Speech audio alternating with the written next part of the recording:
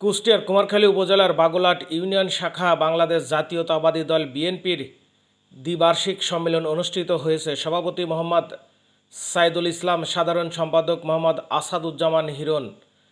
28 জুলাই সোমবার বিকাল 4টায় বাঁশগ্রাম ইউনাইটেড বহুমুখী মাধ্যমিক বিদ্যালয়ে বাগুলাট ইউনিয়ন বিএনপির আয়োজনে কুষ্টিয়া জেলা বিএনপির যুগ্ম আহ্বায়ক ও কুমারখালী উপজেলা বিএনপির আহ্বায়ক আলহাজ নুরুল ইসলাম আনসার প্রামাণিকের সভাপতিত্বে প্রধান অতিথি হিসেবে উপস্থিত ছিলেন কুষ্টিয়া জেলা বিএনপির সদস্য আব্দুল মঈন বাবলু।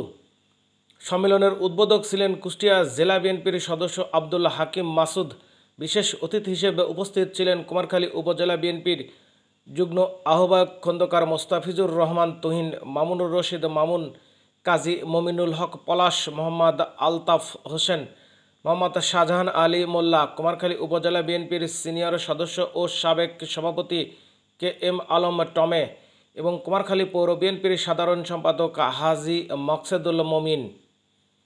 সম্মেলনে বক্তারা বিএনপির সাংগঠনিক শক্তি বৃদ্ধির উপর গুরুত্ব আরোপ করেন এবং আসন্ন আন্দোলন সংগ্রামে দলীয় ঐক্য ধরে রাখার আহ্বান জানান।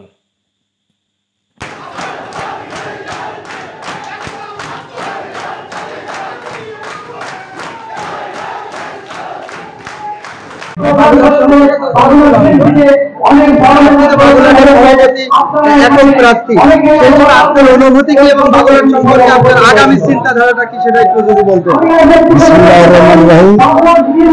আমি মোহাম্মদ সাইদুল ইসলাম। আমি এই কুষ্টিয়া কুমারখালী বাগুলাট ইউনিয়নের সার্চ কমিটির আমি আহ্বায়ক ছিলাম। আমি দীর্ঘদিন শহরের রাজনীতিতে লিপ্ত ছিলাম।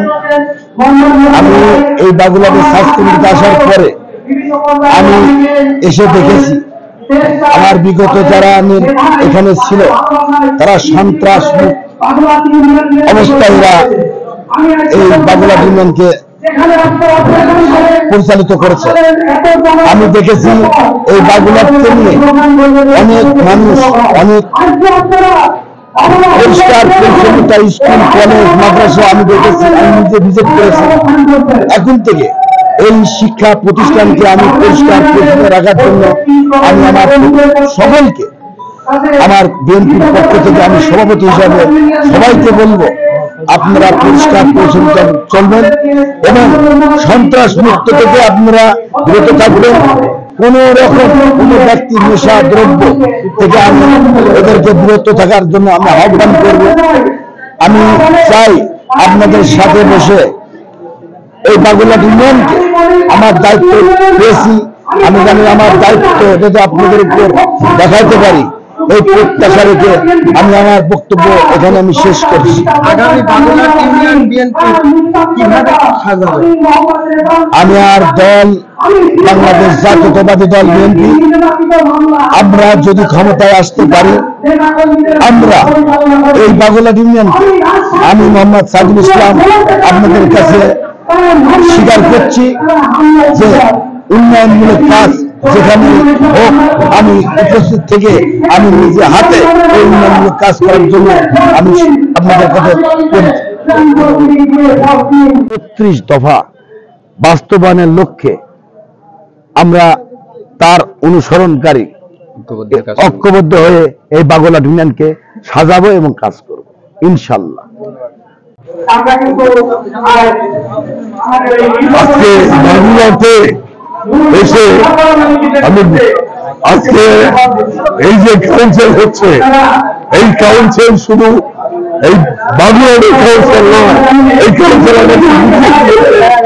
যে সমগ্র বাংলাদেশে যে মানুষ বিএনপির ভোটের দলে যেইভাবে এসেছে, আগামী দিনে যাতে আমরা এই কাউন্সিলের মাধ্যমে আমরা সংসদ নির্বাচন করে যাতে আমরা এই সংসদে যেতে পারি, এই বক্তব্য দিয়ে আমাদের প্রস্তুত করি। আমি যদি এই বাগুলাট ইউনিয়ন বিএনপিতে নেতা নির্বাচিত হয় তবে সর্বপ্রথম এই বাগুলাট ইউনিয়ন থেকে নেশাগ্রস্ত যারা নেশা অ্যাডিক্টেড রয়েছে সেটা থেকে 0 টলারেন্স ঘোষণা করব এবং আমার যারা দল করে থাকে, যারা আমার পক্ষে বিপক্ষে, যারা বিএনপি করে থাকে, সবাইকে একত্রিতবদ্ধ করে আগামী দিনে কিভাবে বিএনপিকে সুসংগঠিত করা যায় সেটাই হচ্ছে আমার পরিকল্পনা হবে।